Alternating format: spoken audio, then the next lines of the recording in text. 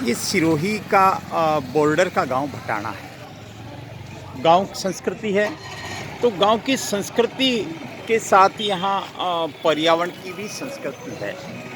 यहाँ हमको कुछ बरगद के पेड़ दिखाई दे रहे हैं। बरगद के विशाल वृक्ष, विशाल, इतने विशाल कि आप एक बरगद के वृक्ष ने हजारों हजारों जीव जंतुओं को आश्रय दे रखा है।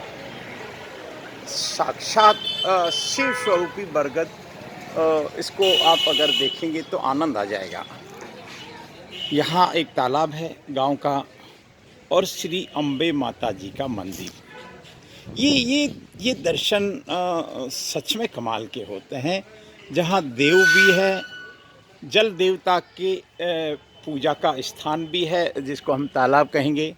यहाँ प्रकृति का सबसे खूबसूरत नज़ारा, हम अगर इन दो बरगद को देख लें तो ये सैकड़ों दूसरे वृक्षों को टक्कर दे रहे हैं। सैकड़ों नहीं, हजारों वृक्षों को टक्कर दे रहे हैं। मैं मंदिर में आपको दर्शन कराऊंगा श्री अम्बे माँ के, लेकिन उससे पहले मैं इनको निहारता रहूं, देखता रहूं। ये बरगद, और सबसे बड़ी बात है, दोनों बरगद ऐसे स्थान पर हैं जहां पर यात्रियों की आवाजाही है। कोई कोई कोई भवन बनाने की आवश्यकता नहीं है, कोई छाया करने की आवश्यकता नहीं है। बस दो बरगद किसी महापुरुष ने लगा दिए, और उसके बाद में बरगद के साथ वो महापुरुष अमर हो गया।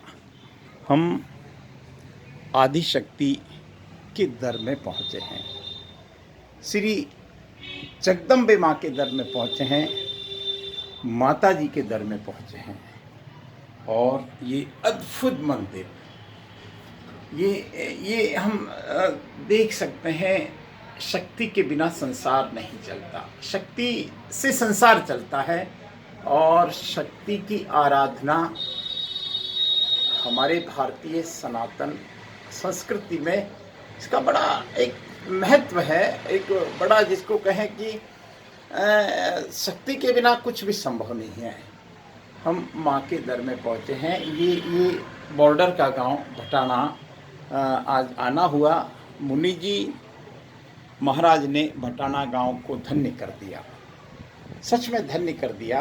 एक ऐसे संत ने यहाँ तपस्या की, और फिर वो संत परंपरा चलती रही।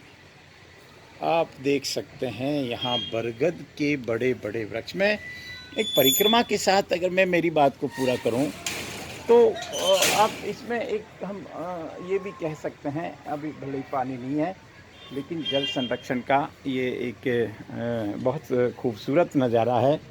गांव का पानी गांव में रुके, खेत का पानी खेत में रुके।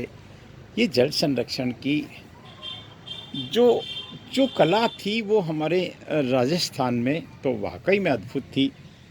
ये तालाब है, खूबसूरत तालाब है, गांव का तालाब है, इसको हम जोड़ कह सकते हैं, तालाब कह सकते हैं। नाड़ी का तो ये बहुत बड़ा रूप है। तो ये एक खूबसूरत नज़ारा हम देख सकते हैं कि अगर हमारे निवास के सामने इस तरह के अगर तालाब होते हैं तो हमारी आँखें एक तरह से आराम पाती है, आँखें भी आनंदित होती है जल की उठती हुई लहरों को देखकर। ये भटाना गांव है, भटाना का ये बस स्टैंड है, भटाना का ये बरगद के वृक्ष हैं, और यही गांव की संस्कृति है। इसको सहेजना आज आवश्यक हो गया है। हम दूसरे वृक्ष भले ही कितने भी लगा लें, लेकिन बरगद को नहीं भूलें। हमने माँ के दर्शन किए। हमने आज बड़ा अच्छा दिन था, अच्छा दिन है कि हम ये देख सकते हैं कि ये चौराहा कहो या इसको इस गांव का मुख्य स्थान कहो, हम देख सकते हैं कितना आराम से कोई भी यात्री विश्राम कर सकता है। यहाँ भी शिवगिरी जी महाराज के हम दर्शन कर सकते हैं, और ये संत की महिमा है। यहाँ भी मैं आपको शिवगिरी जी वासी के, क्योंकि जहाँ संभवतया इस तरह के बरगदों को, और ये बरगद तो वाकई में बहुत कमाल का है, एक ही बरगद और अमर वृक्ष है ये इसकी भी मुझे परिक्रमा करनी चाहिए। सिरोही टेम्पल से इस बरगद की परिक्रमा करता है श्री टेम्पल से इस बरगद। और अब आप देख सकते हैं इसको समझना पड़ेगा हमको, बरगद को समझना पड़ेगा। एक बरगद आपने लगा दिया और इस बरगद के बाद में अब आप देखिए यहाँ से ये शाखा निकली होगी और ये एक बरगद हो गया। ये सारे इस तरह से बरगद होते होते फिर ये एक बरगद हो गया और फिर ये एक बरगद होते होते, तो हमको एक काम ज़रूर करना चाहिए। हमको एक काम सच में करना चाहिए कि हम बरगद लगा दें। हालांकि बरगद लगाना और उसको कुछ सालों तक सहेजना ज़रूरी होता है, आवश्यक होता है।